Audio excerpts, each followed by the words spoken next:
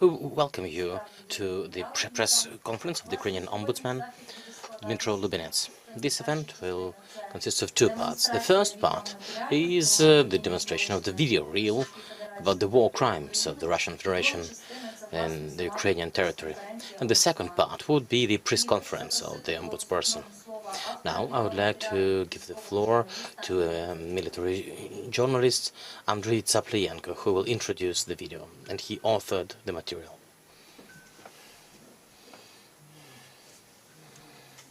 Good afternoon, ladies and gentlemen. I want to express my gratitude to everyone who have found the time to attend the Ukrainian Ombudsman's press conference.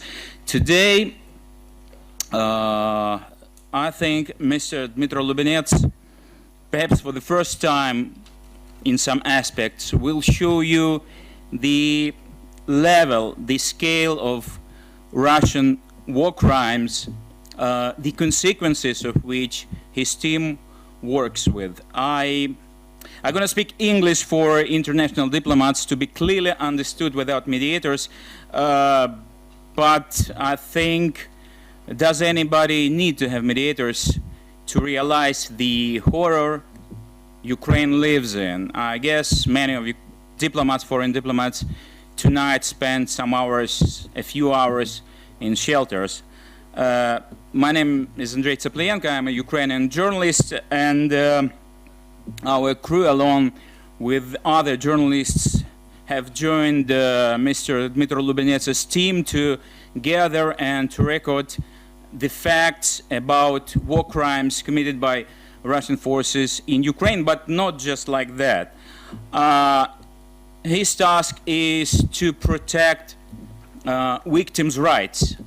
Our task was to trace those who committed these crimes. And the film you're going to watch in some minutes in three versions. Two of them are Ukrainian version and English version. And this film is a result of such a synergy. And to tell about the victims and the war criminals, to trace the chain from the very crime to those who committed this crime. That was our initial task. But you know what was the most horrendous thing we experienced while doing this film? The most horrendous thing was that we were always late. While elaborating one story, another story came, and the number of victims of this unprovoked, unfair war is constantly growing every single day. Just yesterday we had 23 civilians killed in Kherson. Russian artillery hit two supermarkets and a railway station. 5 days before 28th of April, we had a Russian cruise missile strike in Uman. Again, 23 dead, 6 of them are kids. The youngest victim of the crime, the war crime, was just 1.5 years old.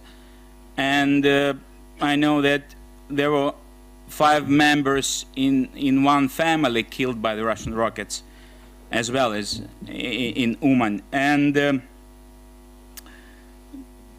the pain, the national level of pain is growing, and this pain is heightened by the lie Russia transmits on a daily basis. Bucha was a staged video. Izium, 400 people were killed, were shot dead by Ukrainian forces. What else?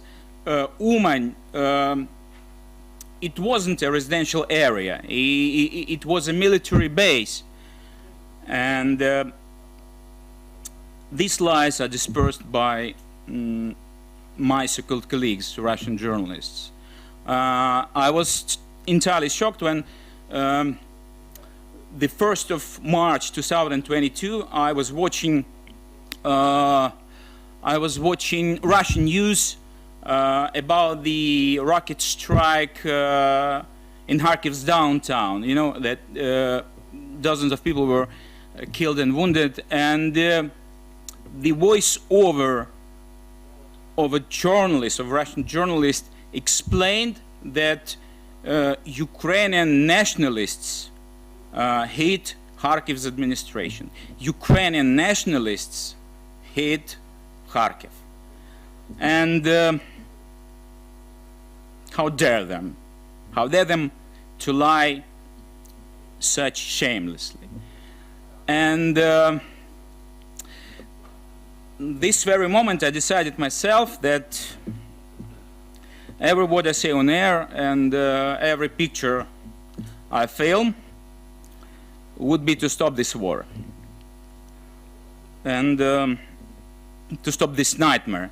But unfortunately, it is possible only if Ukraine would have won this war. When Ukraine wins this war, and that's why we need more weapons, because, you know, as saying goes on, our neighbors want to see us dead, and this leaves too little space for the compromise. So we need weapon, but we need justice as well. I'm talking about the international justice, because the justice is a core thing for the security. Those who committed these terrible war crimes should be punished one way or another. The film you're going to see is full of violent pictures and blurred, and that's why it's not a film for a bigger audience or social media or wide screening. And we were placed in front of a dilemma, whether to show murders or not, whether to show dead bodies or not, torn apart by Russian rockets, raped, burned down to ashes. And we decided, yes, we should do that, because this is an evidence. This is the evidence. Because the ashes of Ukrainian victims must beat upon your heart, and must beat upon the hearts of the decision makers on this very small planet. Thank you. До слова запрошую омбудсмана.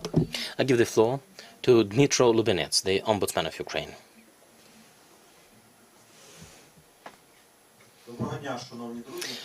Greetings, dear friends, dear colleagues. When we were planning this press conference and I met Andrei, I thought that we've managed to find this new format through which we can explain, through which we can share information. The video, which you will see today, it was developed by Andrei's team, and we were involved in this project. And this is a possibility to look at what's going on in our country from a different angle. We've invited the representatives of the media here so that you would tell all over the world what is actually going on here. And also, I decided to invite dear friends and colleagues from diplomatic institutions, those who are helping us. I think throughout this time of war, we understood that there are real friends next to us who are helping.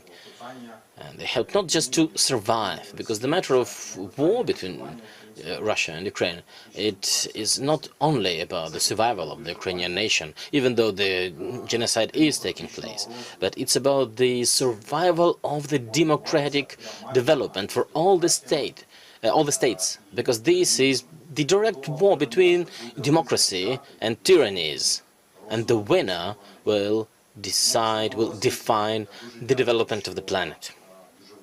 That's why I appreciate this great representation of our international friends in this audience. And after you will see this film, we will have a small break, and then I will be happy to respond to any question you have. I can comment on what I am doing and what my team is doing and what we do jointly with the partners and the colleagues, so that the day which we will celebrate will come as soon as possible, the day of our victory, our joint victory over tyranny, over evil, over the Russian Federation. So thank you so much. Thank you for finding time and coming here. And I also want to say that it's not a traditional step that the Parliamentary Commission for Human Rights is doing, but we will also be taking these non-traditional steps in the future.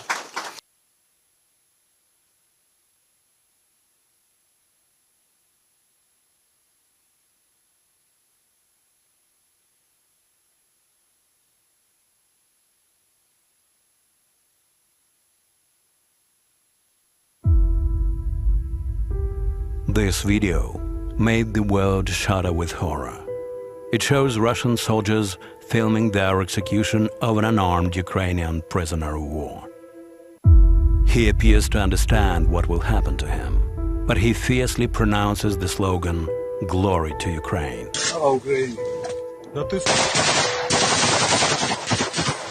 He is being shot from several guns. The murderers film their own crime and later upload the evidence to social media. Some might say it's an isolated incident. But if you manage not to close your eyes, you will see the horrible and uncomfortable truth the world is so reluctant to see. Mass killings of Ukrainians is Russia's military strategy, a managed process that involves those who pull the triggers and those who give the orders. This film shows just a few of Russia's war crimes. But even so, it helps one comprehend the scale of the absolute evil Ukraine is confronted with.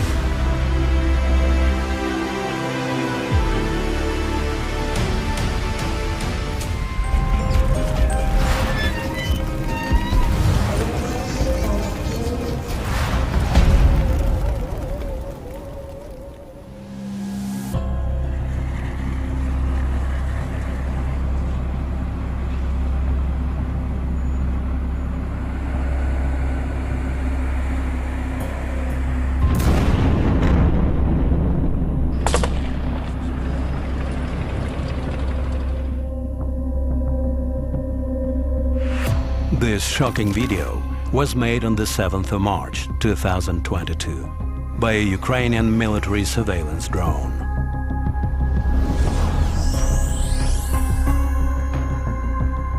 It monitored Russian military positions between the Ukrainian villages of Mila and Ria on the Kyiv-Zhytomyr highway. The authenticity of the footage you're about to see has been ascertained by experts. On the side of the road stands a Russian tank. It is marked with the tactical V sign, which at the beginning of the large-scale invasion distinguished the Russian military vehicles advancing towards Kyiv. In the light-colored car moving along the highway, there are 4 people: a young couple, their 6-year-old son, and a relative. As the vehicle approaches the tank, a Russian soldier opens fire at it from the tank machine gun. The car stops. The driver gets out of it with his hands up. He appears to implore the Russian soldiers, but they shoot him in the head at point-blank range. A woman and the child are being taken out of the car and led to an unknown location. The body of the killed man is being dragged by the arms to the side of the road. We don't see the other woman.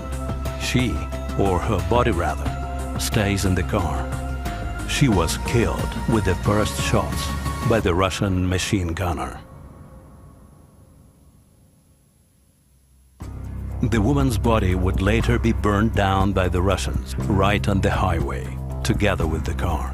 This is what it looked like when it was found by the Ukrainian military and media after the liberation of the occupied part of the Kyiv region.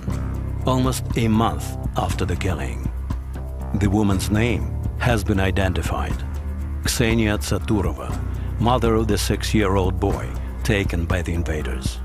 She had covered the son with her own body and saved his life. The shot-dead driver was her husband, Maxim Iovanko. The name of the couple's relative who was in the car with them is Natalia. Apparently, the Russians wanted to kill her and the 6-year-old boy, Hordy, too, but then let them go. In early April, the remains of Ksenia's body were found in the burned-down car.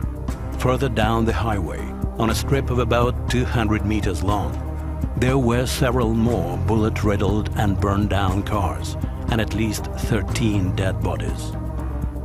Several female bodies with signs of rape were piled up and set on fire right on the highway.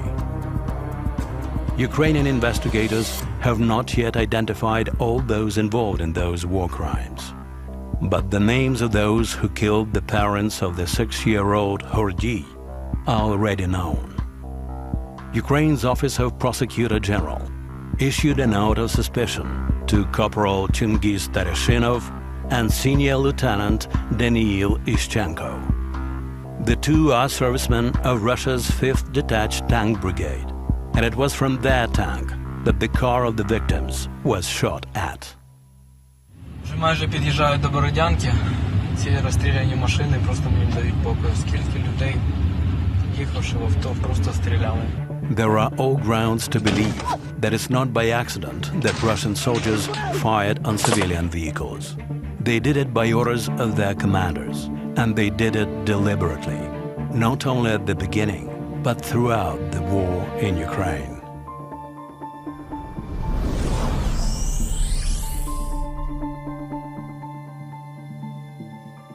September 25, 2022, a road near the village of Kurilivka, the Kharkiv region. 6 civilian automobiles were leaving the area of hostilities. All in all, there were 48 people in them, including women, children, and the elderly. At about 9 a.m., the convoy came under fire from heavy machine guns. Отаку хуйню окупанти з нашими людьми чудять.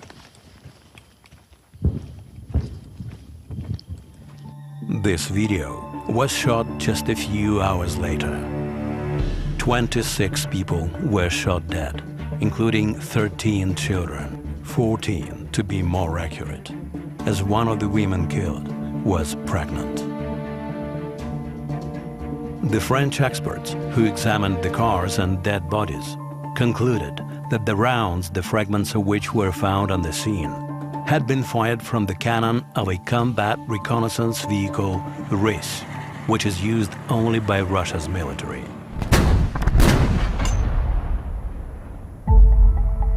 Five-year-old Polina Dyachenko is one of the survivors of the convoy massacre. Her parents were killed by Russian bullets in front of her eyes. Polina's grandmother says the previously joyful and talkative girl has simply stopped speaking. The most frequent cases of civilian car convoys destroyed by Russians occurred near Kyiv at the very beginning of the large-scale invasion. The enemies deliberately prevented humanitarian convoys from leaving the occupied areas. They stopped the vehicles with barrages of machine gun and cannon fire.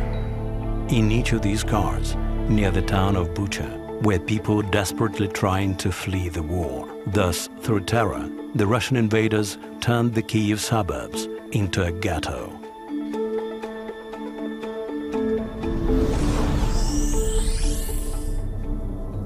Bucha. The name of this little town near Kyiv has become a synonym of genocide and mass killing. From late February to early April, the town was under Russian occupation. This footage was shot by Ukrainian military and police who came to Bucha on the first day after the liberation. They were prepared for anything, but not for what they saw there in the very first minutes. Each of the towns occupied by Russians had some especially dangerous areas, but Bucha was mortally dangerous everywhere. Парню 26 лет, никого не трогал, гулял с собачкой. Ага. И Все, вот это все. вы знаете, что случилось? Убили, просто убили, да. Оце є той хлопець, про якого говорили, що вийшов погуляти з собакою.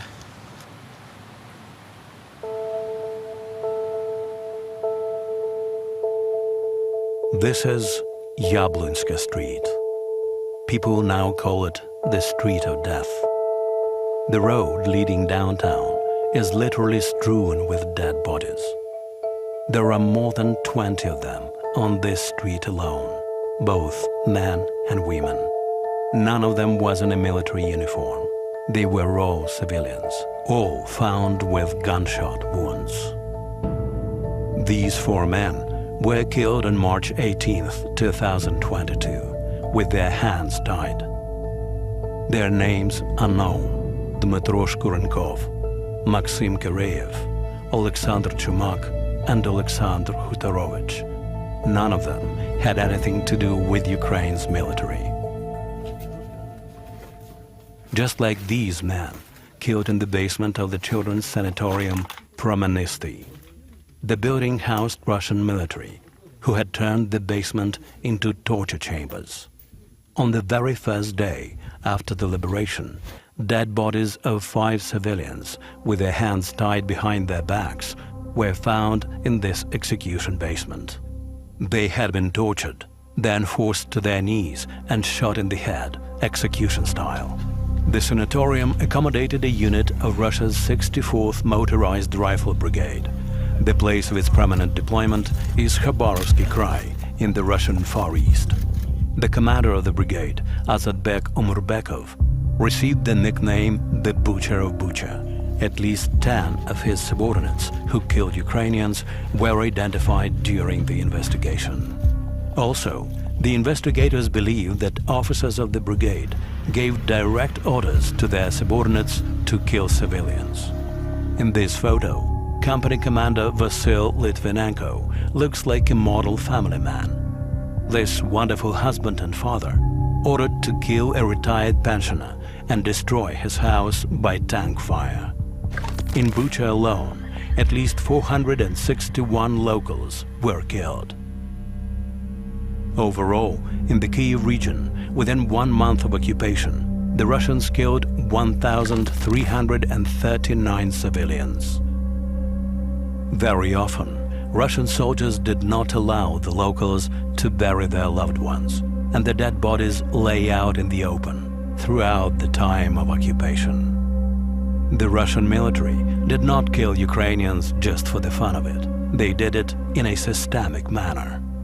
Their main goal was to terrorize the defiant, to deter even the slightest signs of resistance.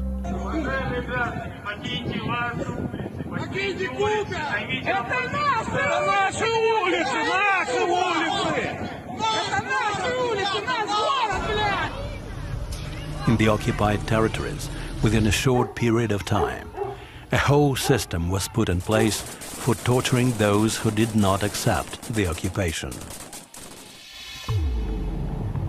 The 10th of September 2022 was a day of utter joy and happiness for Ukraine's military and the residents of Izium in the south of the Kharkiv region. Звільняємо Ізюм від окупантів. On that day, this strategically important town was liberated after 5 months of occupation. Слава Україні!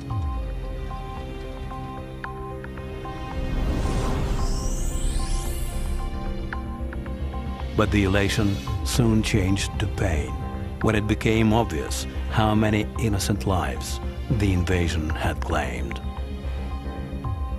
Before the war, this woodland was a favorite recreation area for the locals, a perfect place for romantic rendezvous or outings with kids, but not anymore.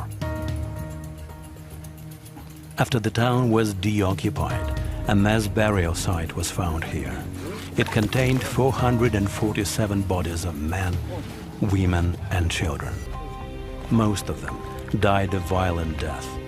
At least half of those bodies had obvious signs of torture on them: gunshot wounds, made at close range, broken limbs, tied hands. The same style as in Bucha. Ця будівля праворуч. Це штаб ФСБ.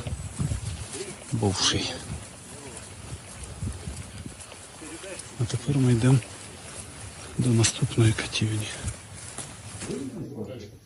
In Izium, which had about 50,000 inhabitants, there were at least 4 torture sites. This is one of them. Over the years of Russian aggression, for many Ukrainians, the expression to be sent to the basement has come to mean captivity and torture. This is one of such places, which the Russians used to brutalize the locals. Все, що там засови, отакі вентиляційні отвори, це робили вони для того, щоб переробити це цивільне приміщення, повністю цивільне. Архів якийсь тут є, Укрпромпроекта. Вони його пристосували, зробили номера камер. Dmytro Lubinets, the Ukrainian human rights ombudsman, came to the town right after the liberation. Все, що тут є, отак вони і утримувалися. Вони спали на таких ковдрах. Ось, і все. The ombudsman gathers evidence of torture that those illegally incarcerated here were subjected to. Це один з стільців, за показами потерпілих, їх прив'язували до стільців. Це один з них. Тут велика кількість, ми знаходимо. Вон стяжки. Вони прив'язували стяжками. Били трубами. Як говорять потерпілі, вони взагалі не бачили своїх катів. Вони спілкувалися тільки, якщо особи були або з пакетом на голові, або з якимось мішком. Some of the pieces of evidence you see now are made public by Dmytro Lubinets for the first time. Росіянин, ми тебе вже знаємо. This young man was kept in the basement for 3 months, and it was only after the liberation that he was able to breathe the air of freedom again. Вы находились там больше 90 дней. Какие использовали методы давления? Били, ток? Да, током, тапик вот этот есть. Тапик — это прибор, который так крутится, да? Да, крутит, говорит, типа номер набираем, типа, и крутим, типа. Мы в подвале нашли его. На 2 пальца так вот скотчем привязываем. То есть крутили тапиком. Так, дубинкой, битой, херячими, короче, на вся голова. Шрамы. While in captivity, the victims were under video surveillance around the clock. Було підведено відеоспостереження. Стояли камери, і звук. Бо потерпіли пояснювали, якщо вони починали розмовляти голосно, і було чутно звук, їх заходили, били. Тому вони наклонялися отут і тихенько розмовляли друг з другом. За показами утримувались діти до 20 років. Їм дали якісь бумажки, коробки, бо холодно, щоб вони тут. Це їх молитва. We don't know who scratched these prayers on the plaster. We don't even know if the people whose words silently scream from the walls of this torture chamber managed to survive. Because the only right the invaders granted them was the right to pray.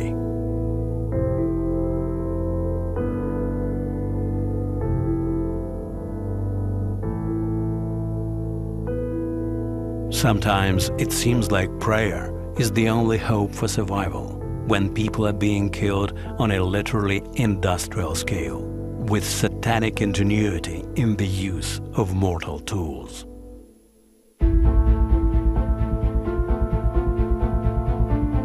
This is the Kyiv region again. Most civilian victims here were killed with firearms, but sometimes dead bodies were found with such dart-shaped objects in them.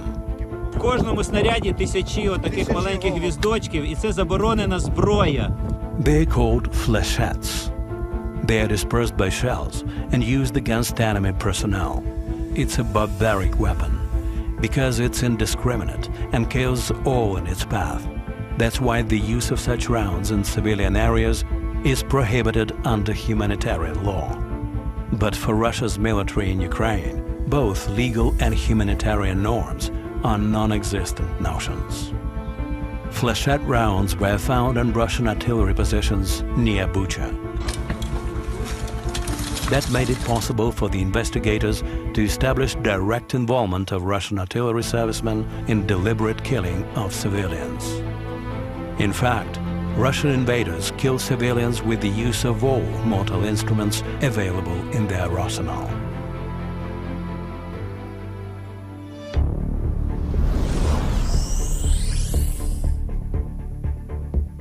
This is the village of Marhalivka, the Kyiv region.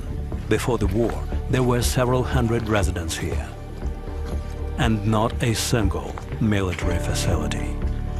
In the evening of the 4th of March 2022, the Russians launched a missile attack on the village. Judging by the size of the crater, they used a strategic bomber. This is what the journalists saw on the scene of this war crime the following morning. 2 houses were totally destroyed. And these are the first minutes after the airstrike. Погибших не знаем. Скорая помощь, все сюда.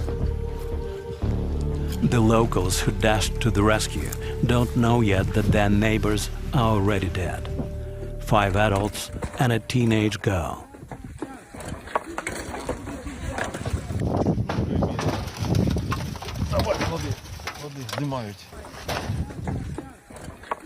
The girl's name was Masha. She was only 12 years old. Her father survived. Меня откопали вот там, вот где собака, вот где-то меня там откопали. А внучков нашли вот там чуть дальше где-то. Дочку раздавила, пополам переломала. Машеньку мертвую достали, зять. Вот тут один погиб, зарела жена.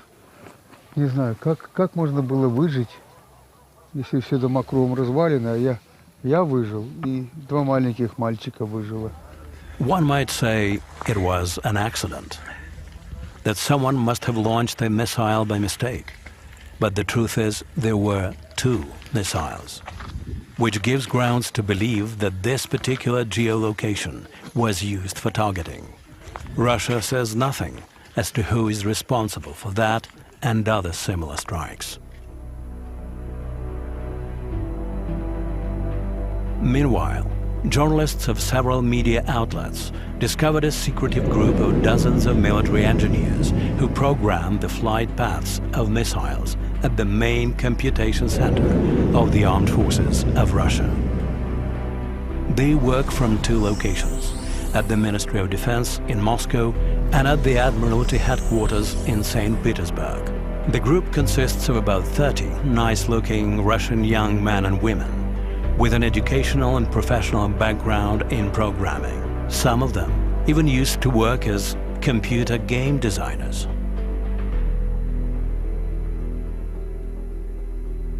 The analysis of their personal data indicates that those individuals are directly involved in mass killings of civilians in Ukraine. Those people don't see the faces of their victims, just like the crews of strategic bombers or the rocket ship commanders who pressed the launch button and fired the rockets that follow their pre-programmed flight paths. And at the rockets' destination points, there is pain, tragedy, and death of innocent victims. Late November, in the little town of Vilnyansk, a Russian missile hit the local hospital maternity ward, killing a newborn child. The boy's life lasted for only 2 days.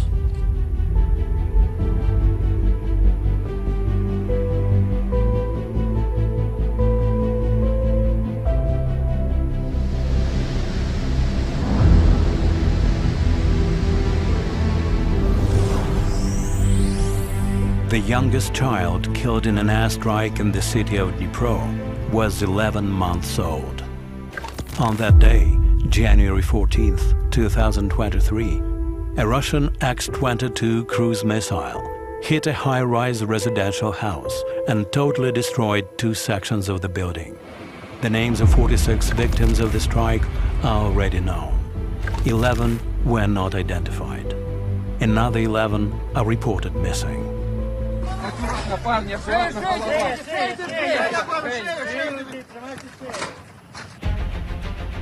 The missile was launched from a Tu-22M3 strategic bomber belonging to Russia's 52nd Aviation Regiment. Regiment Commander Oleg Timoshin.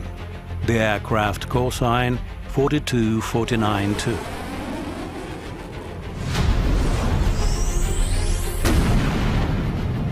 Half a year earlier, the very same regiment launched a strike on a shopping mall in the city of Kremenchuk, killing 21 people. Security cameras captured the moment when a missile hit the building crowded with hundreds of shoppers.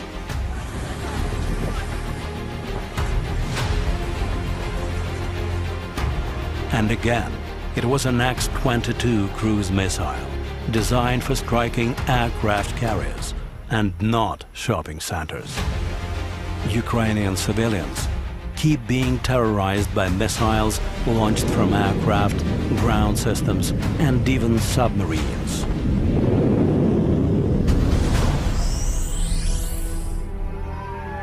It was a missile launched from a Russian submarine in the Black Sea that killed 26 people in the downtown area of the city of Dmytro on July 14, 2022.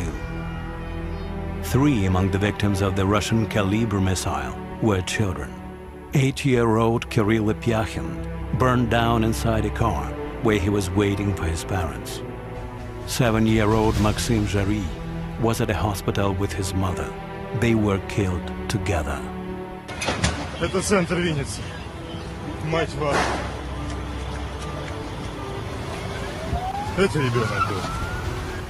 4-year-old Liza Dmitrieva was walking along the street with her mom, Irina, when a missile struck close by. Куди ми йдемо, зайка? Куди ми йдемо? До Алли? This sunny girl with Down syndrome was the apple of her mother's eye. Irina had even created a video blog showing how her daughter was growing up. Little Lisa was happy when she was being filmed for a New Year video clip, together with Ukraine's First Lady, Olena Zelenska. Lisa's mother promised to her, "You will be the happiest girl in the world." But it was not meant to be. Investigators believe the missile was launched from the submarine Alrosa, which at that time was commanded by Denis Sopin. The order to launch a strike was given by the division commander Anatoly Varochkin. It's hard to imagine that the 2 officers experience any pangs of conscience over the killing of Lisa and other innocent civilians in Ukraine.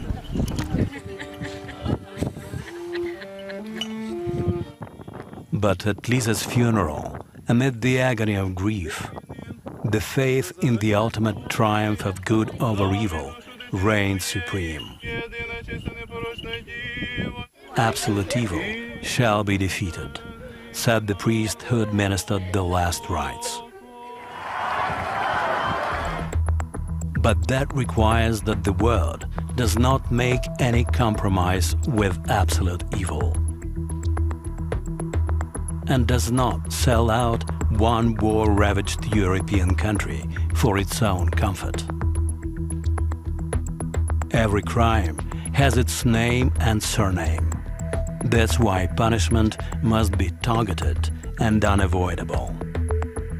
Otherwise, evil will inevitably return. It will come back to us, manifold.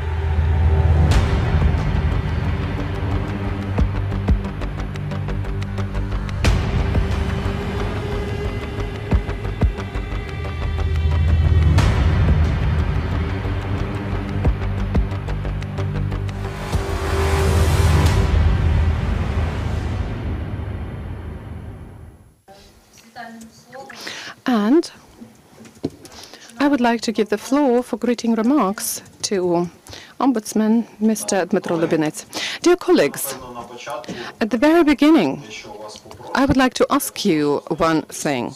Please have a look at the agenda. We send the agenda to you. I would like to draw your attention to the fact that there are 3 QR codes at the end, and using those QR codes, you can have a look at this video you just watched. This video is in 3 languages. Mr. Andriy is the author of this video, and you have the authorization to use this video, to send it to your partners, to your countries. Please use this video. We were creating it for everybody to use it. And please, a round of applause to Mr. Andriy, who created this video, and to the whole team of Mr. Andriy.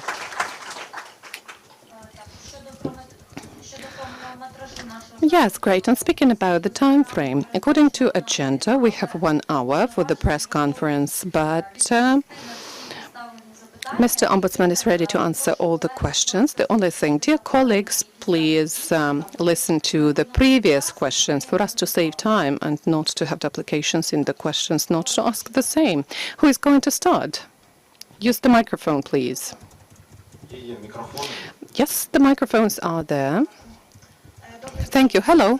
Antonina Dolomanji, Union News Media. Mr. Dmytro, apart from the prisoners of war, we all know that Russia is getting thousands of civilians. They are deporting them to their territory. Tell us, please, what steps are taken by Ukraine to liberate the civilians deported to the Russian Federation, and how many civilians can be there, including held in captivity of the Russian Federation? And using this opportunity, I'd like to remind you that for more than a year, the correspondent of Union, Dmytro Lubinets, is in captivity of the Russian Federation.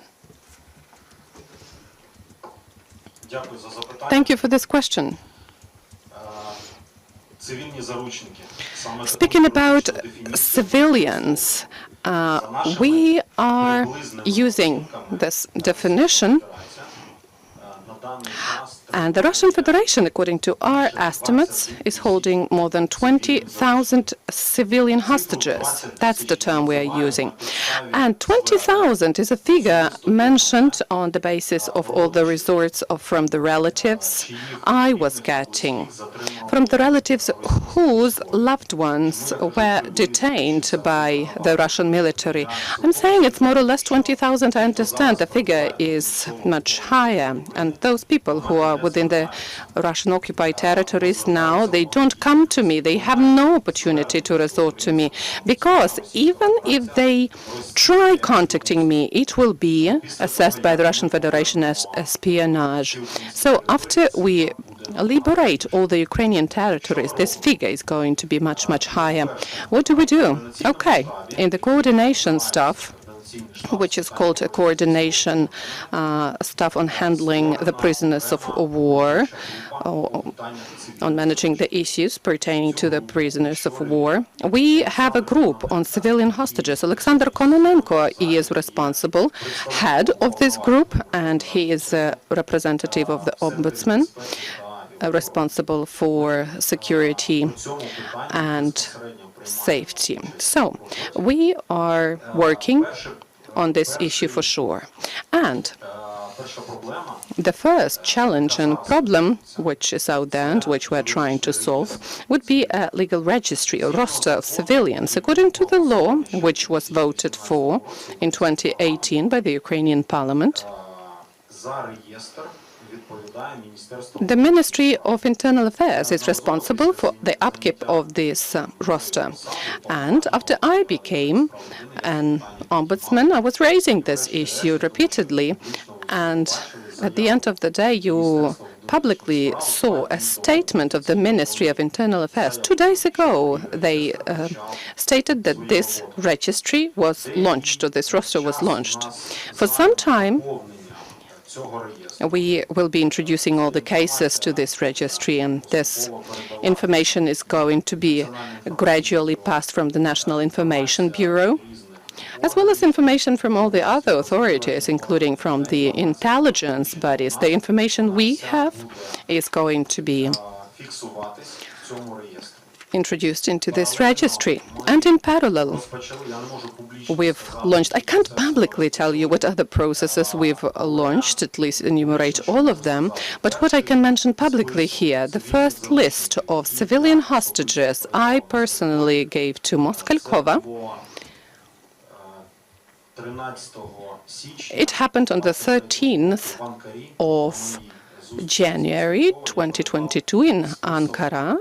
At my meeting with Moskhalkova, I gave her a list, something like 2,000 of civilians, and we were compiling this list according to the age criteria 65 plus. These are people of the age 65 plus, including those who are characterized by significant and severe diseases. After that, from the Russian side, once we received assurance that they are working on this list. That was it, full stop. The issue of civilians is so serious that we want the world, apart from understanding the scale of the problem for sure, to start trying to make some influence here as well. Maybe we need to have some separate initiative. I was speaking about it at one international conference, and other ombudspersons from the whole world were there. And I offered creating a humanitarian platform within which we will be able to solve these issues. I believe you've heard about the initiative of the Turkish side. The Turkish ombudsperson offered creating a so-called humanitarian corridor, like the grain corridor, with the help of which we would solve humanitarian issues, including the problems of civilians. Unfortunately, as far as we know, the tragedy happened in Turkey, the terrible earthquake. And the Turkish side, I wouldn't say stopped helping us, but we understand that currently they've got their own tragedy, so it still might take time to implement this initiative. But still, I urge all the international organizations, embassies, our friends, all the family of ombudspersons of the world, if you have any proposals, any initiatives, please help us solving the problem of civilian hostages. We are ready to perceive all the information provided to you. We are ready to provide all the possible information, but please understand that we can't pressurize the Russian side. We can't be agreeing on anything with them. We can see this by various attempts of communication, and this is a huge problem nevertheless we need to deal with. Thank you. No microphone. Yes. And let me draw your attention to the fact that since the very beginning of the activities of the humanitarian hub or staff, we've liberated 279 citizens of Ukraine, 2,279, and out of them 148 are civilians. By the way, there are information materials at the entrance to this hall, and you can have a look at this information. And I saw a hand there. Hello, Olena Rybinska, 5th channel. The situation with the passports, with the forceful passportization of Ukrainians, and you know the situation with Ms. Vereshchuk. Maybe it was some miscommunication. Ministry of Temporarily Occupied Territories. Well, actually, who is informing people, including those who are at temporarily occupied territories, about what to do with the Russians forcing people to take passports of the Russian Federation? And you know, there were plenty of messages, and they were a bit of conflicting. Have you talked to Ms. Vereshchuk? Thank you. You know, I'm expressing my position, and it's the same, starting from 2014. As I became the Member of Parliament of Ukraine, I was representing a constituency, a territory from Donetsk Oblast, and part of my constituency was already occupied. So back then, I was giving pieces of advice, and I was saying, if you can perceive this pieces of advice, then do that. My advice number one, leave the occupied territory. We understand that the Russian Federation is a terrorist state. It doesn't know what the international humanitarian law is. There is no law in the country at all, and no rule of law at all. And everybody understands what can be done with a person within the territory of the Russian Federation because there is no rule of law. Please leave. If you don't have an opportunity to leave, we, as a state, have to understand that. And the first question which shall be asked of themselves, well, the first actually issue which shall be raised is the issue of survival. For the sake of survival, in a legal sense, in an actual sense, and following the common sense, you have to do whatever is required from you to be done. We clearly understand that passportization is taking place when somebody is indexing a gun at the head of a person. So that's my advice. If you need to survive, and for that purpose, you have to get the Russian passport, do that. It's not a subject for discussion. Just take that passport, just survive. Speaking about miscommunication, I wouldn't tell you that this was some interdepartmental misunderstanding. After I was appointed as an ombudsman, I faced this, that various leaders of various authorities still don't understand the mandate of the ombudsman and my office. This is an independent branch which was created in order to monitor and control, if you wish, all the state authorities, all the law enforcement agencies, the local self-governments, private sector, through the prism of the protection of human rights. And we are facing the reality that legislation is not perfect. We need to introduce amendments and changes. Nevertheless, when these things are happening, I don't think that this was some miscommunication. Maybe the emphasis was not placed correctly on the side of Ukrainian government because there's no statement of a person. I don't want to be name-calling here, but there is the statement of a representative of Ukrainian government. So in this context, for sure, I had communication, but my communication was with the Prime Minister. And in this regard, I believe that we have the same perception of this situation. Ukrainian government will never agree to anything like this, and I would never turn a blind eye towards a person voluntarily getting the Russian passport. But if we speak about survival, there's no conflict there. And for the future, for this not to be happening, this was my advice again, to listen in the first place to the human rights defenders, to international experts. And for sure, maybe it's not worth giving some harsh statements, because they might be very sensitive to the ears of the people who live at those territories. You know, the war is taking place for more than 9 years. Crimea, Donetsk, Luhansk Oblast are occupied for more than 9 years. And people want to get a clear-cut signal from the state how we perceive them. Do we perceive them as the citizens of Ukraine? Yes, for sure. Will we be punishing them for getting Russian passports? No, never. And this is a clear message from the state.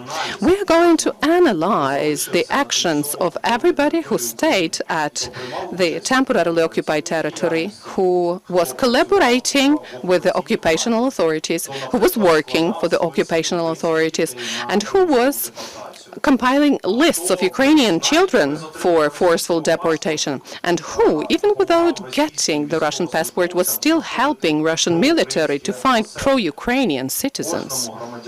Every case in legal sense is going to be assessed separately, and we will give everybody an opportunity to voice out their position and their rationale of their actions. For sure there will be analysis, but there won't be any criminal prosecution for the sole fact of getting the Russian passport. Thank you.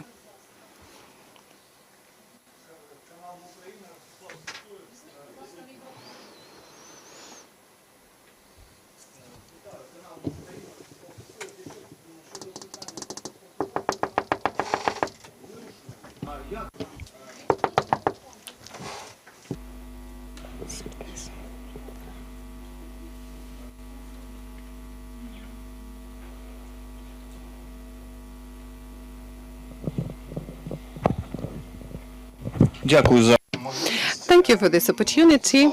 Rostislav Sisoyev. Мы Ukraine channel. Speaking about passportization, is it really forceful? In what way are people forced to get these passports? Are there threats? Are there limitations? Yes, we saw the guns pointed at heads of people, but are there variants to avoid this passportization? And what are the tempos of this process? I'm getting information from the temporarily occupied territories on a daily basis. And we were registering facts as follows. If you don't have a Russian passport, your rights are limited. You won't be getting any social benefits. For example, pensioners cannot get old age benefits without Russian passport. Persons with disabilities can't get any social benefits. You can't get any social services if you don't have a Russian passport. You can't. Well, this is just an example, right, of what I've heard. And I'm telling you about the specific people. You can't have your child going to the nursery or kindergarten, and you can't even leave the territory if you don't have a Russian passport. There was this resort of a girl. She contacted her relatives who live at Ukrainian government-controlled territory, and she asked her relatives to contact me and inform me that I am, my name, my date of birth, I live at this address. I would like to inform you that I will be getting Russian passport because I'm pregnant. I was at the hospital, and they informed me that if I don't get a Russian passport, then I will be giving birth at home or somewhere outside. I'm quoting a physician here, or elsewhere, but not in the maternity clinic. I can't leave this territory because I have to attend to my mother who is not walking. So I want you, as Ukrainian Ombudsman, to know that I got this Russian passport just for the sake of giving birth to my child and saving my life and life of my future child. And these are not isolated examples. The most recent 2 weeks, we were registering facts as follows. Russian Federation created separate groups responsible for going from door to door in every smallest village even, and they are compiling the lists of people who've got the Russian passport on and who don't. And we know about these facts that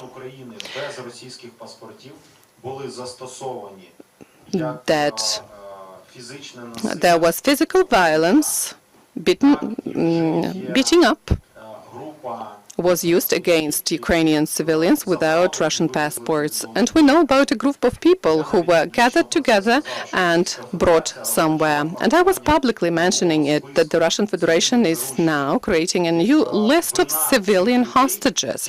So these people can be blamed of being at that territory without the passport of the Russian Federation within the temporarily occupied territory. And that's it. That's the only thing. they did, and they are taken hostage. There's psychological pressure, there's some physical influence, and they hear the message: either you stay here with the Russian passports or you don't stay here. Next thing, we have also seen direct messages.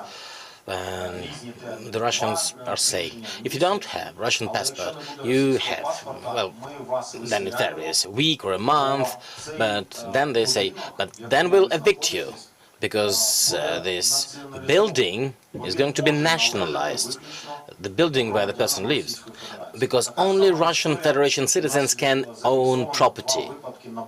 We've also seen at least 2 facts at roadblocks when they said the same with regards to vehicles.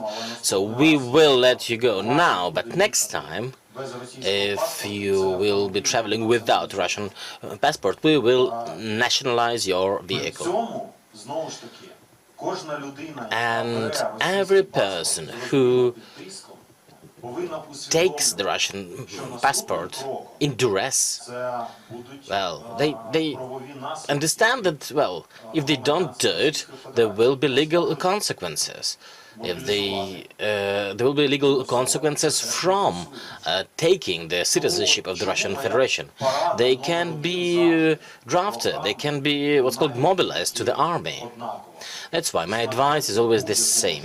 Find every opportunity to leave the occupied territory. Because if you stay, well, we understand that you're in danger.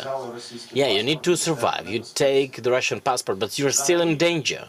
The Russian Federation, and now I'm addressing our international friends, I want to explain what has Russia done in the temporarily occupied territories of Ukraine. Russia created the ghetto. Andrei used that word, and it's a very correct term. The ghetto. It's a huge concentration camp. The first thing the Russian Federation does when it occupies any Ukrainian settlement, they create what's called the Komendatura, or the Commandant's office, with the torture chamber, where they are going to torture the civilians. Secondly, as fast as possible, they introduce Russian social services, the banks, and they hook all the pensioners to getting the pension from the Russian Federation. The next step is destroying all things Ukrainian. They rename streets, they destroy the sites of cultural heritage, they ruin historical monuments. We have an example when there was a building which had the decoration of Vyshyvanka, the Ukrainian embroidered shirt. And we probably have seen the video how it was destroyed. Ukrainian tridents are also chiseled down. So anything Ukrainian is destroyed. The next step is starting the Russian education system, so children can be indoctrinated by the Russian propaganda. For example, they had to stand with Russian flags greeting the convoys of trucks from the Russian Federation, which were bringing the books to them. Then they have a lesson of the history of Russian Federation, where they are taught that Ukraine has never existed. So children, if you think you are Ukrainians, well, you are just confused. You are essentially Russians, or Malorosse, or Little Russians. There's no Ukrainian history, no Ukrainian language, it's invented. All the famous Ukrainian artists, they were Russian, essentially. The next step is distributing Russian passports. And after the Russian passports, the last step in the creation of this ghetto is the mobilization of all men, and not only men. We've seen that women who have some military professions or who are medics by education, they also are enlisted, and they will be recruited. So, now think, from the moment of Crimean occupation, from 2014, from the first step till the last step, the mobilization. It took years, but let me use this term, in the newly occupied territories, from the first step till the last step, well, it takes months. I was born in Volnovakha, in Donetsk Oblast. Volnovakha was occupied on March 12, 2022. So from the moment of the occupation till the moment when we got the testimony that the first Ukrainian citizen who received the Russian passport has been mobilized and drafted to the Russian army, it happened in the end of March 2022. So 2 months. That is why we insist, we as a state of Ukraine, we insist that we cannot leave any Ukrainian territory under the occupation. Because we understand that, well, the world has seen Bucha, but when we deoccupy Ukrainian settlements, we'll see the same in every settlement. So, dear international friends, when we are here in this room, when we talk, I know that right at this moment, right at this second, some Ukrainian in the temporarily occupied territories of Ukraine are being tortured, are being raped or murdered. And this is happening like right now. This is why the only mechanism of defending Ukrainian citizens from these nightmares is liberating all Ukrainian territories. So how is this going on? And the question about children. Are there mechanisms to return Ukrainian children? You said that you had a conversation with Lvova Belova. So how are these conversations going on? Are they responding? How can we return all the Ukrainian children, especially the orphans? I am surprised. I think I have never mentioned the subject of my conversations with Lvova Belova. Question inaudible. No, here it doesn't say anything in this leaflet. No, that was Tetiana Moskalkova, who is the Russian Human Rights Commissioner.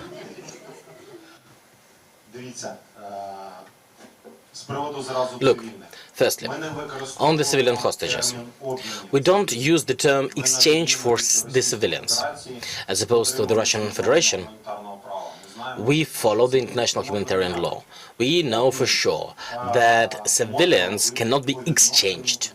Exchanges, well, it can be done for the POWs under the Geneva Conventions, and it actually can be done for the prisoners of war who are not severely wounded. The severely wounded should be returned through the procedure of repatriation, and that's unconditional. And in terms of the communication, yes, we have the communication. This is what I can say publicly. I cannot tell you through which channels the communication goes on. There are several channels.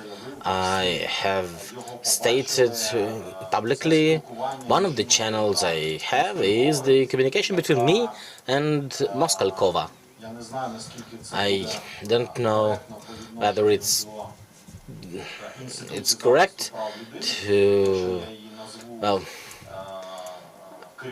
I can say that she is the head of a similar institution to mine, even though, like, human rights protection in the Russian Federation doesn't exist. There's no actual system for human rights protection. But, well, officially, she is holding that position. So we have the communication, and it goes almost daily. And it is now going on through the corresponding officers I have one contact person, one focal point in my institution. There's one focal point in Moskalekova's institution. Every day we exchange letters, we exchange different information, and it helps us. So when I start doing something, I want the society, I want the public to see the result. When I was thinking, like, why do I need to talk to Moskalenkova? Well, I figured out that there are two criteria to decide whether we need it or not. Criteria one, this communication shall never harm Ukraine's national interests or the citizens of Ukraine. Criteria two, this communication must have specific and tangible results. So when the Russian counterpart has said that we must show this communication in public, I said no. I said we can show this in public when we'll have some result. I want the reporters at the press conference to have some new information which we haven't published before, so I can say that after on July 1st I took the position of the Ombudsman. A week later, I got the signal from the Russian Federation that Moskalenkova wanted to talk to me. And a week after that, we had the first phone conversation. It lasted 3 minutes. I has explained the criteria, which I have just told you. I said, if the Russian counterpart indeed sees that they are ready to provide the information about Ukrainian citizens who are in the temporarily occupied territories in the Russian Federation. And first and foremost, I asked about the civilians. Sometime after, like 2 or 3 days, we've heard the proposal, let us publicly on Telegram channels. At that moment I have already created the Telegram channel as a source from information, as a source of information from me, and Moskalenkova also had hers. So they said, let's publish that we have had the conversation. So I said, no, we will show it when we have the result. And in October 17th, 2022 was the first time when we met. And then Ukraine has learned that we have this communication channel. The result, well, was there. 108 POWs, Ukrainian heroes, were returned to Ukraine. That exchange was created specifically to return our girls. And Moskalenkova was directly involved in that. We've met at the destroyed bridge near Vasilievka in Zaporizhia Oblast. We have had several possible options for further communication, and frankly speaking, it's been a new experience for me talking to the Russian counterpart, because I understood that, well, I have to communicate with them because I saw the result. On the other hand, it's a very tricky story, because, like, I'm human, you know, I have lost everything too. It's difficult for me. Some of my close friends died in this war. However, I continue doing this. And when publicly we've said that we have this communication, well, the Ukrainian society is split, and there was quite a big part that was against this. I looked at the comments on social media. About 80% of the comments were something like, why didn't you spit into her face? And there were like huge discussions, like, how could you shake her hand? And who was the first to extend the hand? Was it you or her? So I think we, as the society, we should have courage to openly discuss about things which go on. And we have to talk about the survival and the protection of Ukrainian citizens as a priority. All the rest, then, is the backdrop. So I continue doing what I'm doing, and I don't know if you will have any more questions on Moskalkova. Let me comment one more thing. Some of my colleagues are surprised. Dmytro, how do you manage? On the one hand, you talk to Moskalkova, and she's disclosing some information. On the other hand, you helped launch the process of the expulsion of Russia from international organizations. And the first international organization which has officially excluded the representatives of the Russian Federation was the International Ombudsperson's Institute.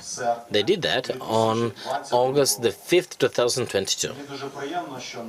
And I was quite pleased that on day 35 of my period in this position, we've got the first, well, impressive, I think, international result.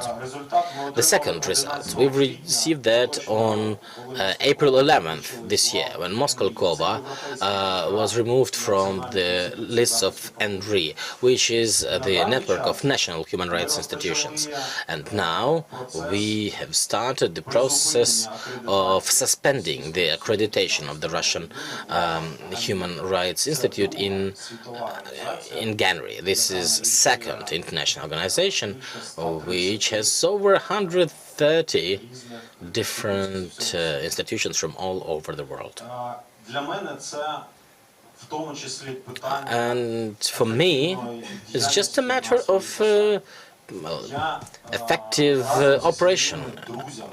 I'm just doing my job. Jointly with my friends, I think I can call them with this term, with the ombudspersons from all over the world. I've shown the example that if we all see these videos like we've seen today, we can clearly understand that this country is, in essence, a terrorist state. How can we sit shoulder to shoulder with them? How can we discuss things with them? How can we buy things from each other? How can we exchange technologies? Can we actually keep doing this? We, as the world, we have to find the answer to one simple question. Are we ready to do everything to punish the evil? You know, it is surprising when you hear, yes, they are the terrorists, but, well, we have to keep having trade with them. On the one, you have to be on the one side of the line or the other. Well, this is the only way. The world is either democratic or undemocratic, because we all are kind of democratic, but then we want to live side to side with the terrorists who does everything to show that the international order and democracy is non-existent. The question is inaudible. Yes, you know, it's like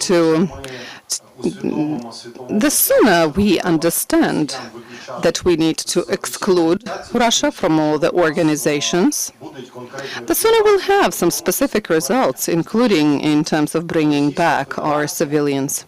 Russian Federation, let me put it like this, is demanding something to solve some issues of bringing the Ukrainian civilians back. Is it acceptable for us? You can see, based on the results of our activities, we are saying yes to something and we can't accept something else, and we'll never accept that. But it doesn't mean that we are sitting on our hands and are not active in terms of bringing our civilians back. Thank you. Then you. I believe we have to have a separate block of on children. Maybe there will be a question on children, and I will comment extensively because this is such a broad spectrum of issues there.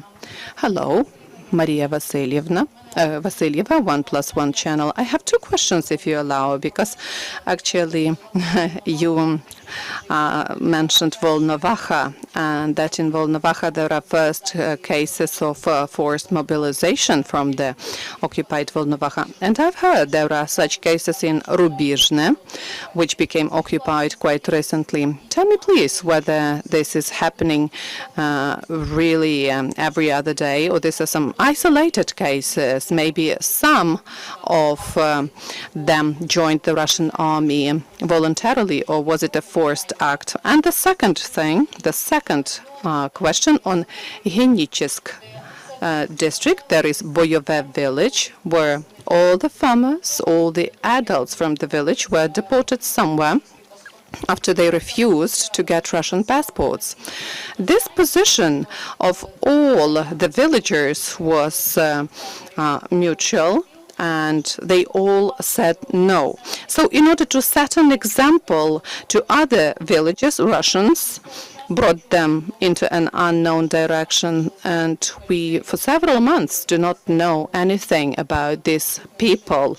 There are just women and kids who are staying in the village. Where were they deported? So, question number one. These are not isolated cases as regards mobilization to the armed forces of the Russian Federation from the newly occupied territories of Ukraine. Speaking about this very case in Kherson Oblast, we know about this fact. It was properly documented, and so far we haven't received any information what was really happening and what is happening with the citizens of Ukraine which were brought into unknown. No, so far I don't have any information. Thank you.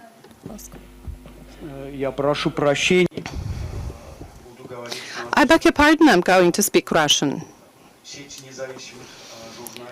A network of independent journalists, Presa Armenia Garska Cheterian.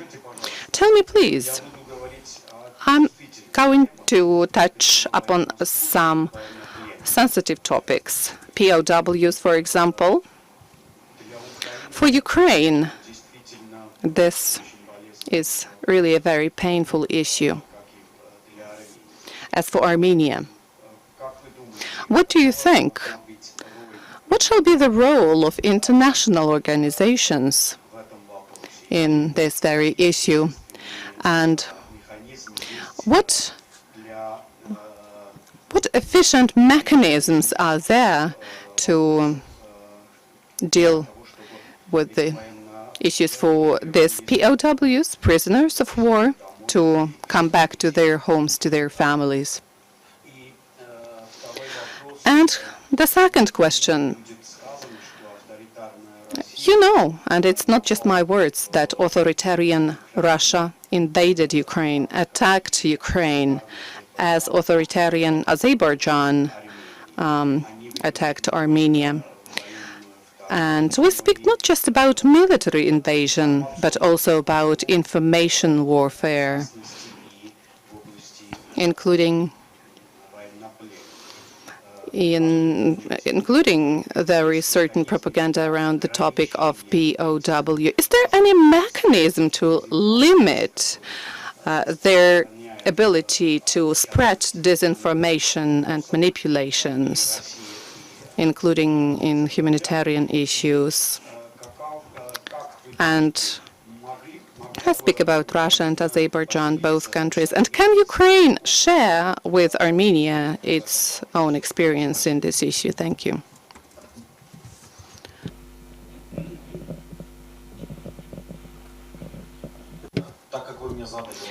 As far as you asked the question in Russian, I will be respectful and will answer in Russian. We will show the Russian Federation that there's no punishment for the use of Russian language. It's just in their propaganda.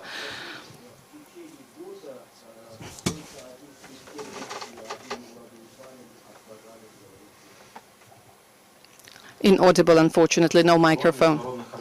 So, the role of international organizations, for sure, international organizations have got their role in the issue of bringing the POW back to their country. For sure, according to Geneva Convention, the Red Cross, for example, shall participate in the process of bringing the POW back. Do we have the representatives of Red Cross in the room? We were inviting them to the press conference. Oh, I know about the Federation, sorry. But, yeah. Yes, we have the representatives. That's great. And there is the International Committee of the Red Cross, ICRC, the International Federation of the Red Cross, IFRC, and the third one. So the mandate on POW is exclusively belonging to the International Committee of the Red Cross. This organization, ICRC, has got the mandate of visiting POWs, communicating with them, controlling the conditions of their stay, ensuring their rights, for example, a right to communicate with their relatives. And as I see this, I'm by no chance underlining that there's just one organization in the world with this unique mandate, and I see this as a problem. Monopoly always leads to decrease in the efficiency. We are unique, so we can allow ourselves some things. And yes, with ICRC, we have complicated relations, and I was publicly criticizing them, and I will be publicly criticizing them, and I was underlining that's not the issue of the activities of the ICRC. That's about how they implement their mandate. The Red Cross in Ukraine is still displaying a desire to change something. So the role of international organizations is there, very often on paper. Very often we don't see it in real life. Shall we do something with this? For sure, no doubt. And there are proposals from the Ukrainian side. We were repeatedly addressing our international partners, and we will keep on addressing our international partners in order to initiate creation of an alternative organization, call it whatever, on the basis of the UN, on the basis of the World Organization of Commissioners for Human Rights. But there shall be an alternative. Speaking about countering propaganda, dear friends, today, by getting together in this hall, we are already countering the propaganda of the Russian Federation. I don't know any other mechanism but to show the truth and to tell the truth. Just the truth can conquer propaganda and lies. Yes, we have to be proactive. We have to display initiative. We have to create informational products, all of us, everybody here. We, as public authorities, we have to participate in it. Journalists have to participate in it. And I believe journalists are setting a good example of real fight.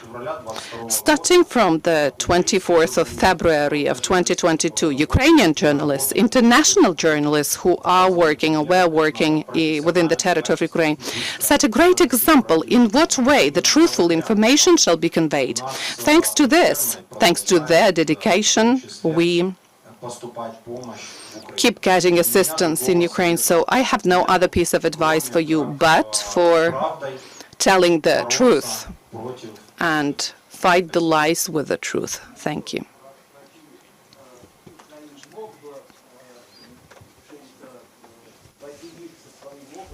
Maybe Ukraine can share its experience how to bring their POWs home to their country, because it's difficult to compare the number of POWs in Ukraine with the POWs in Armenia. Let me tell you this way. If some of our international partners have got desire to borrow some experience from us, from Ukraine, we are always open.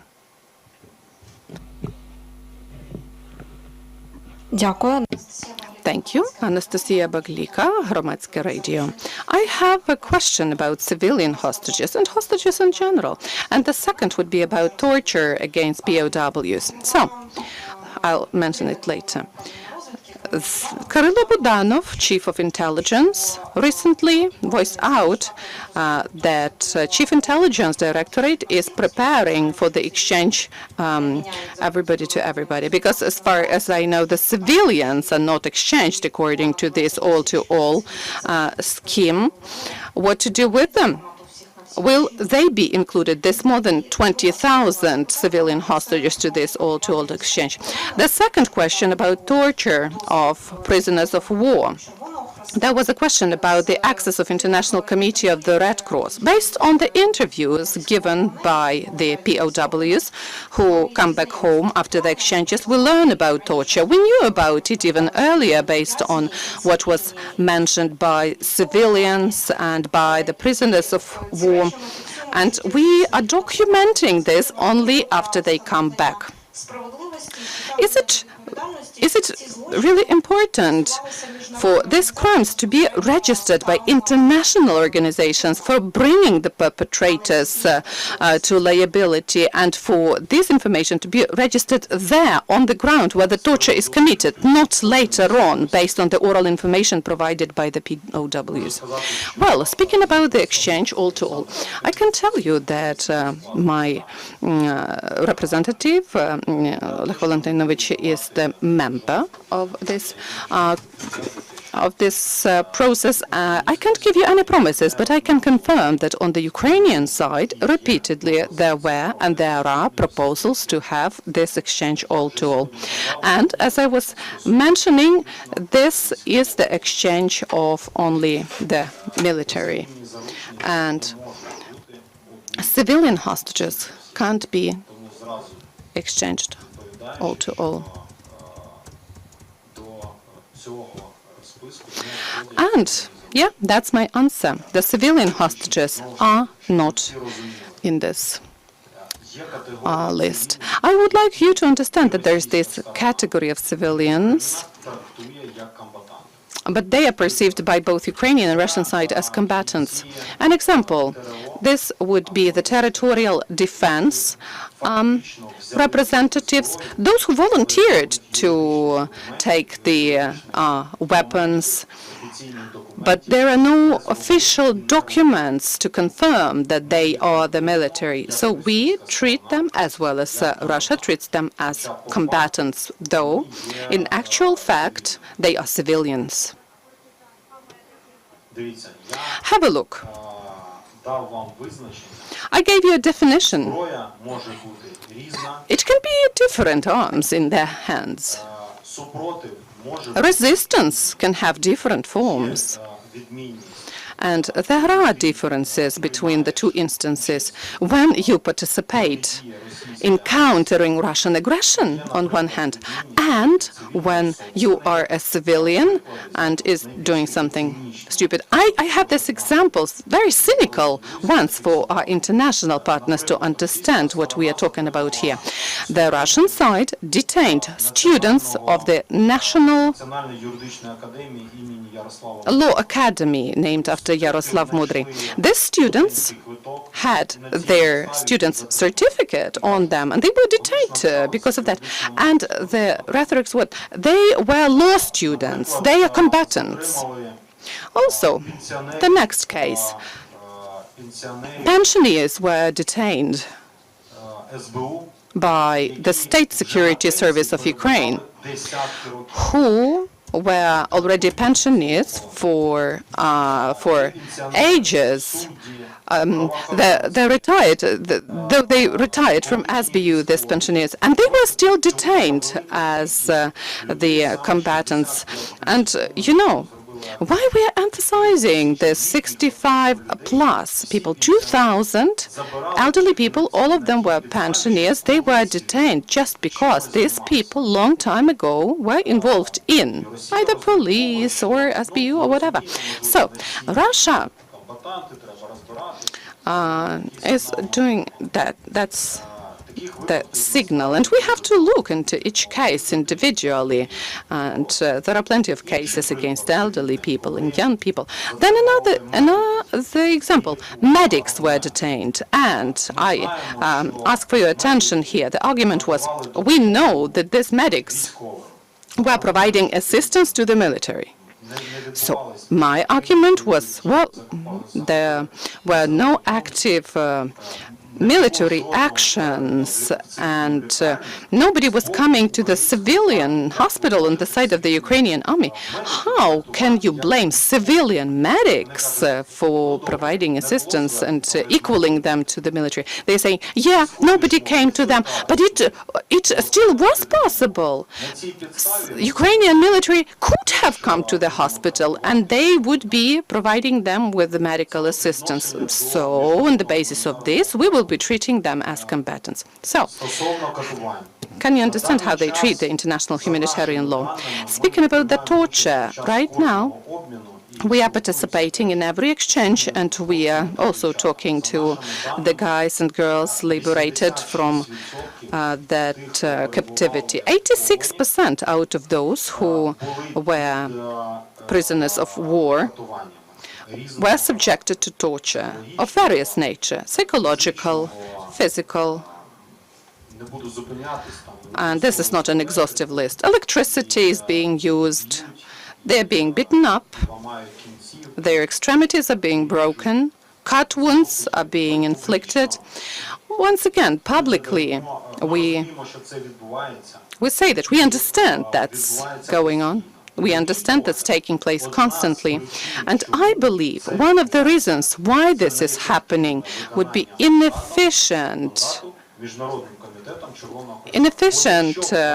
following of their mandate by International Committee of the Red Cross. Because if they were coming, if they were talking to the prisoners of war, the Russians would not be using torture that massively. I'm not saying it would stop at all, but let me put it like this. I believe the situation would be possibly a bit better. And whether it needs to be done, whether it's important, yes, for sure. The most recent meeting we had with the ICRC was yesterday. We had a meeting with the relatives of more than 3 years, and that was the head of the mission of ICRC in Ukraine. And there were plenty of critical remarks towards the activities of the ICRC, and there were plenty of some specific proposals on the side of Ukrainian authorities. Once again, every week I have communication via phone conversations, via text messages, and every time we, as the Ukrainian side, we are offering something, and one of the things we were not satisfied with. We are constantly documenting problems in cooperation with your organization, but we're trying to find solutions. And, you know, it's like you're sitting on your hands and you're feeling okay with this. So I really mentioned this monopoly.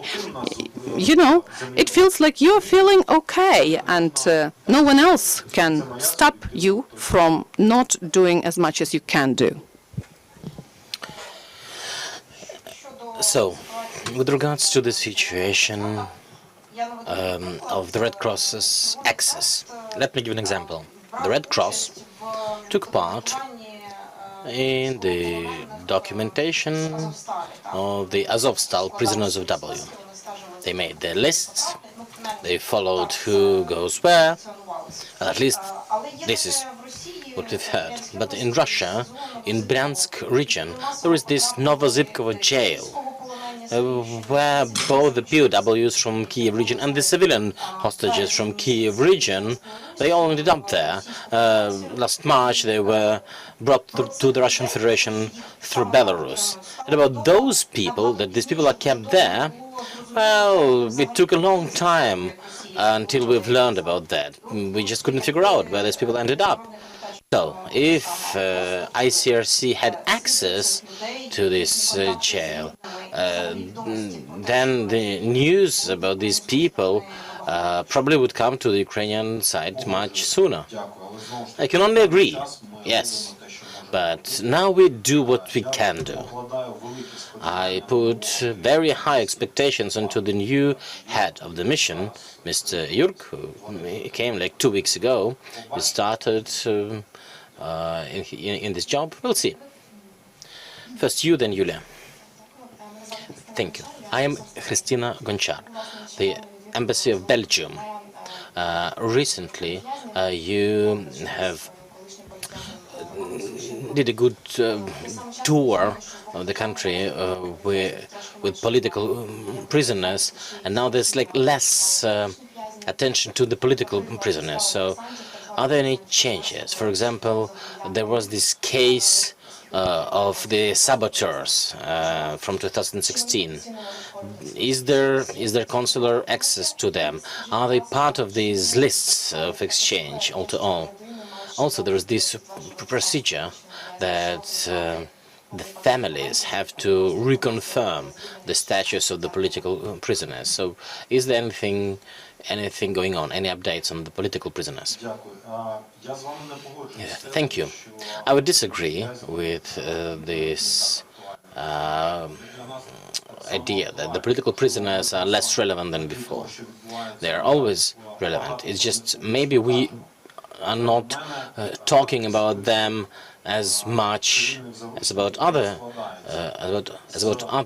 But the list of civilian hostages includes civilian hostages detained by the Russian Federation from 2014 until February the 24th. It's one part, and then it's also subdivided by regions, the Donetsk, Luhansk Oblast and Crimea, and we have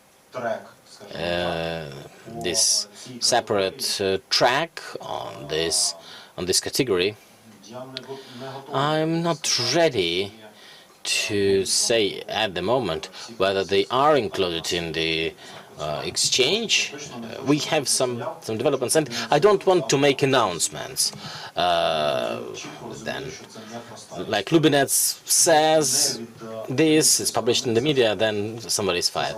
No, there are things that, well, they depend on the Russian Federation and on the whole international community. It depends on how we can pressure Russia into returning our civilian hostages home. So the question is relevant. We know about it. We keep dealing with it every day. With regards to the documents, as far as I remember, this committee, as part of the Ministry of Reintegration, so we have our representative as an observer in that commission, and honestly, I never asked this, even though like it makes sense. Why do they have to resubmit the documents that the person is still a political prisoner? Why do the families have to do that? That is, yeah, I think we have to initiate some changes. We do have to change the SOP for that committee.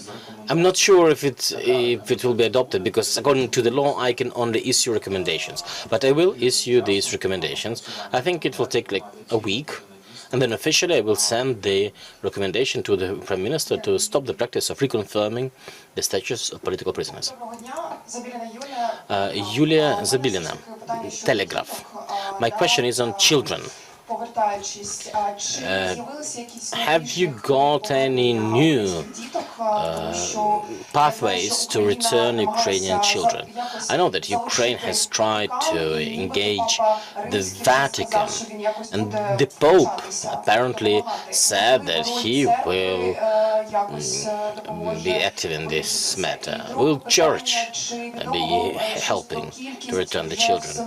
Secondly, do you know anything about the number of Ukrainian children who already has been adopted in the Russian families? So on children. Firstly, we are documenting the facts of forced deportation of Ukrainian children to the Russian Federation. At the moment, according to the preliminary analysis, we can say that the figure is taken from the National Information Bureau. Each of you can follow this figure daily. It's updated on the website. The website is called Children of War. So as of today, in the deported, there are over 19,000. I think 19,336, I think, as of today. This means that the Russian Federation, with its actions, forcibly has taken Ukrainian children and has forcibly transferred them to the territory of the Russian Federation. The next step, what the Russian Federation is doing, and here once again I am addressing our international partners. What's Russia doing? Russia takes the Ukrainian IDs of these children, the birth certificates, if children have them, and they reissue the Russian birth certificates. Why do they do that? So that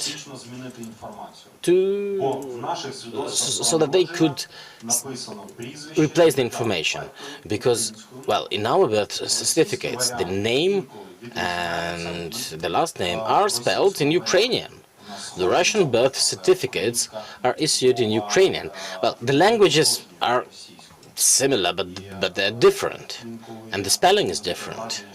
So sometimes it looks like we have not very much in common with the Russian language. Let me give an example. Like my name in Ukrainian. My name is Dmytro. So there's a boy whose name is Dmytro. When we send requests, Russia says, we don't have any Dmytro. We've sent a request. Do you have the boy called Dmitry? And they said, yeah, we have a Dmitry. Then, for a few times, we've sent in requests when we kind of figured out how they use the Russian spelling for the last name. We started getting responses, but they haven't returned the child, because they allocate children to families instantly. And these Russian families, these foster families, they adopt Ukrainian children because of money. They get paid from the budget of the Russian Federation. And sometimes it feels like there's nothing personal, just business. It might sound cynical, but yeah, they just earn money adopting Ukrainian children. Let me tell you about this boy whom we returned. His name is Sergei. We've spoken about him in public. Maybe I'll just give a few extra details. He was detained near Mariupol. His mother died and his father was killed. When he was detained, he was told that, well, we take you to Donetsk and then we'll move you to the Russian Federation. And then you will be returning to your historical fatherland. He said, well, my sister is in Zaporizhzhia. I want to go to my sister. And they said, we don't care. And this is what essentially they are saying to all the children. So he was brought to Donetsk. He was held there for some time in a place, we still are trying to locate that place, and he was held by the military. Then they formed a separate group of children, and he was forcibly transferred to the Russian Federation. And the military were doing this, the Russian service persons. There was the military plane sent to Rostov. Why am I highlighting this word? The Ukrainian children are deported by the service persons, the military service persons of the Russian Federation. And there was a military plane in Rostov. There were some civilian people there, like Lvova, Belova. who, just like Vladimir Putin, was the subject of the arrest warrant by the ICC. So she directly took control of this group of children and she sent them to Moscow. Then the children had to say thanks on camera to the Russian military, thanks for rescuing, and then they were distributed to families. It happened in this way. You go there, you go here. So Sergei, he came to this family. It turns out that there are like 4 other children already. Some were biological, some were adopted, but there were no conditions even for those 4 children. So Sergei was the 5th. And according to his statement, he was never asked whether he needs anything, whether he wants anything, whether he's hungry, whether he's ill. Like, I can't share too many details how we managed to return him, but my staff was directly involved in this.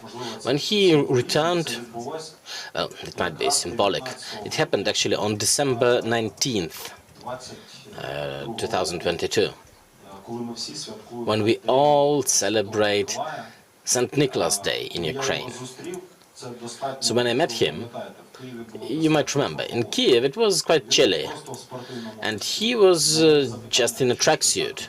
When I asked, like, why are you only wearing a tracksuit? He said, well, this is the clothes I have had from back then. And then I asked, like, didn't they give you more clothes? He said, nobody even asked me whether I need any clothes. He told the procedure, how they asked if he has an ID. He said, I don't have any paper on me. And then they issued the Russian Federation with its changed name, the Russian Federation birth certificate. So this is just an example. This is one of the boys. As of now, I think we've managed to return 364 children. Each of them is a direct witness, an eyewitness, that the Russian Federation is committing the crime of genocide, because one of the underlying crimes of genocide is the forcible transfer, the deportation of children from one human group to the other group. And then in Russia they say, well, you have to speak Russian. You're not Ukrainians, actually, because Ukraine just is an invented thing. It doesn't exist. So this is a direct crime which has been committed and which is still being committed by the Russian Federation. And we have to focus on this. We have to think how to return Ukrainian children, and we have to think how to make sure we document this crime. The church. Once again, we have several possible options. Like yesterday, I've had a meeting and we talked about Vatican. It's not the main option. And in public, today I cannot tell you which option is the main, but we hope that in the nearest future we will be able to show the result of this work in public, when Ukrainian children will be coming back home. I don't know how many. Let me tell you, this main option we have developed now will let us return children who have relatives on the territory of Ukraine, like any relative. Some have mothers here, some have fathers or sisters or brothers. So the first option is returning children who have some relatives here. In parallel, we are creating the lists of the orphans. For us, it's very important to return every Ukrainian child. Even if some time passes, we understand there is this idea. How can you return the child if the child already has received the Russian passport? There are some cases like that. So the option which we will propose is that we have to return the child to the territory of Ukraine. Then the child will decide which passport to keep. If the child wants to get back to Russia, well, this is the decision of the child. But until we bring the child back, we cannot ask her or him. We cannot ask the child. So, first of all, we as the state, we have to return all the deported children to Ukraine. Then we ask the child. If the child wants to go to Russia, to the adopted family, it's up to the child. It would be the decision of the child. But the state must do everything to return all the children. Think mention.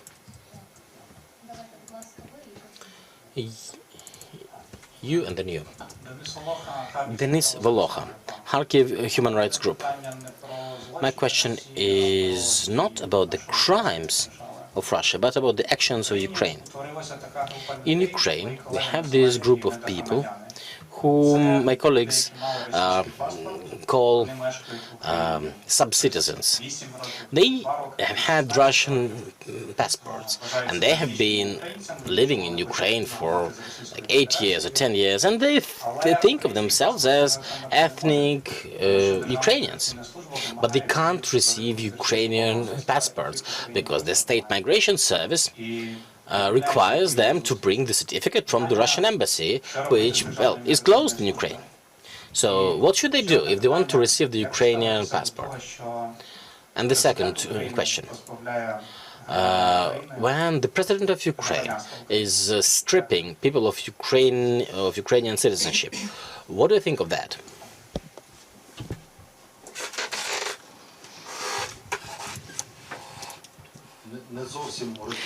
Well, I don't actually like this term, sub-citizens. I'm going to be using the legal term, the citizens of the Russian Federation, as well as the citizens of Belarus, because they've got the same problem, who, in official manner, were living and keep on living within the territory of Ukraine. That's really a problem. It exists, I confirm. The problem is that their banking cards and their banking accounts are blocked.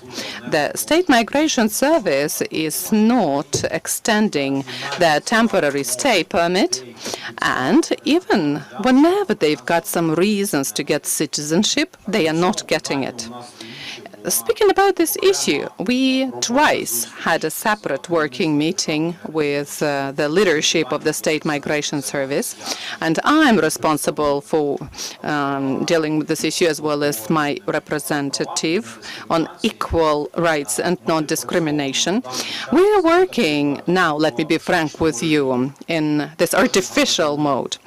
Every citizen of the Russian Federation or Belarus, those who officially came to me, we open a case within the framework of my mandate. We check all the facts, and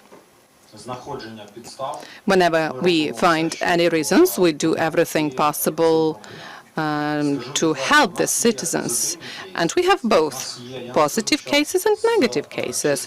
I'm not telling you that from among the citizens of the Russian Federation, nobody got citizenship of Ukraine. We have those among residents or citizens of Belarus.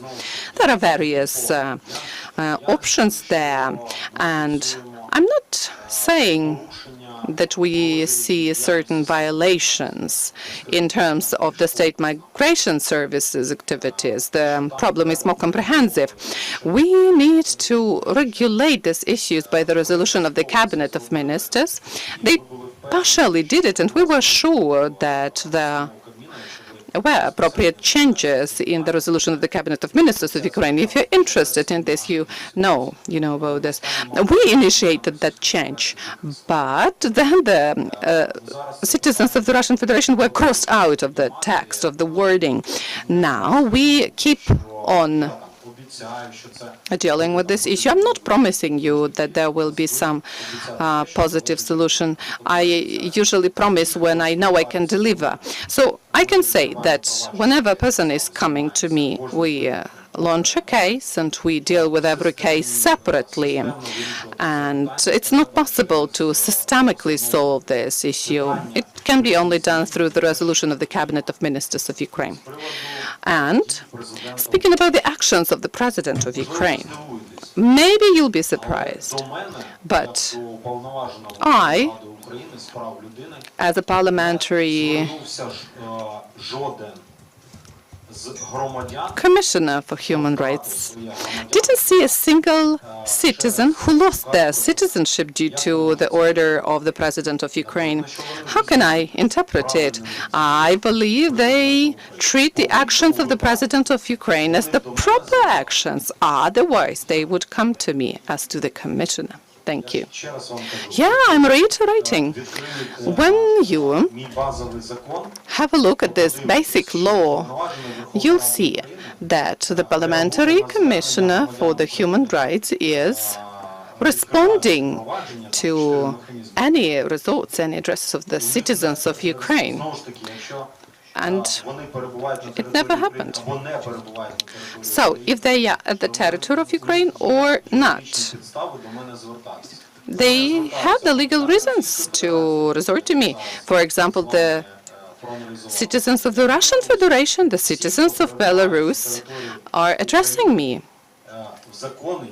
If they are at the territory of Ukraine, legally or not, even if imprisoned, they have the right to contact me. Maybe that's nonsense, but that's how it works. And I, with my team, am monitoring the conditions of the stay of the citizens of Russian Federation and the Russian prisoners of war. I check all their holding conditions, and if you know any instances, come to me. We are ready to respond. Okay, we are going to finish soon. Tell me, please, who's got the question? Then let us start with you. Greetings, Darina Kolomits, Суспільне мовлення. I have an extensive question speaking about Russian passports, but I'd like to learn in what way the law on rejecting these passports is going to work after the liberation of the territories. And also tell me whether you are going to check Ukrainians who want to say no to a Russian passport after the liberation of territories, and at what stage this draft law is now, and whether it's being supported by the parliament. If to tell you the truth, I don't know whether it's being supported by the parliament because I'm not an MP. Well, for sure, as a parliamentary commissioner, I communicate with MPs, but at the very same time, I'm never present at the meetings of the factions whenever they are considering certain issues, so I'm not sure about the support. But I can tell you when this draft law comes to the stage of expert assessment and discussion in my office, I will provide you with my vision. So far, this draft law is being developed by a group of the MPs headed by Menko Ihor Sergeyevich. Two of my colleagues are in this working group, and the mechanism is as follows. After the occupation of the territories, we are giving a certain period of time to the citizens of Ukraine, so far it's a year, for them to use the prescribed mechanism and for them to publicly inform the authorities that they were forced to become the citizens of the Russian Federation and they can reject it. And once again, I was mentioning it today that it's not a criminal offense if it was forced passportization. It's not a crime, and we will be following this belief of ours. So far, this draft law bill is being developed. Speaking about the support in the parliament, I don't know. Well, if to have an open conversation with the MPs, and they understand this law pertains to more than 5 million of the citizens of Ukraine. They understand that's a very important issue we need to deal with and we need to regulate somehow. Thank you. And the last question. Irina Sasak, Radio Freedom. In Ukrainian countries, we've heard about taking the children away, Ukrainian children away from their families, maybe because of some collisions in the legislation or due to other reasons. Do you know about these facts, and in what way are you going to deal with this situation? Thank you. Thank you for your question. Well, it's so symbolic that the last question pertains to our kids, our children today. That's the most important component of life of adults. And the issue of Ukrainian children, for sure, is issue number one. There are these facts. We are documenting them. Several dozens of the cases. What's the problem out there? The problem is that according to the European legislation, the official representative or caretaker or guardian is not an official guardian whenever he or she gets to the territory of the European Union. Well, some countries understand what situation Ukrainians find themselves in, and they are not raising this issue, or they are helping Ukrainians to survive. But there are such countries where we've got problems with this. I don't want to mention the countries, not to create some manipulations that Lubinets is blaming N and C and X country. So, as we see this, there are some cases of the violations of the rights of the citizens of Ukraine. What would be my response? What mechanisms do I have in hand? In the first place, I resort to my partners, ombudspersons of these countries, and we are separately working. We worked actually with this one country, and the result of this work was a legal document which allows the third parties, or which allows some groups to get involved into situations like this. But we've achieved the key goal. Now, physically, kids are not retracted from their families of Ukrainian citizens, because there were some facts that Ukrainian children were taken away from their families because of this collision with the notion of guardians. And we are trying to help these children, together with their guardians, to come back to the territory of Ukraine. We're trying to physically retract them from the territory of that state. And we ask separately parents to come back to the territory of Ukraine for us to regulate that issue and to put an end to these bad stories. Thank you, dear colleagues. Thank you for having this frank conversation today. And to crown it all, I would like to say that I want it to become a good tradition of ours. And we are trying to understand when to arrange a conference like this based on the number of requests. Before this conference, we had dozens or even hundreds of requests, which is why I decided I can't meet so many journalists at once, and I just decided to have this press conference and invite everybody there. Thank you so much. We believe in the armed forces of Ukraine. Glory to Ukraine. Thank you, dear colleagues, for this meeting.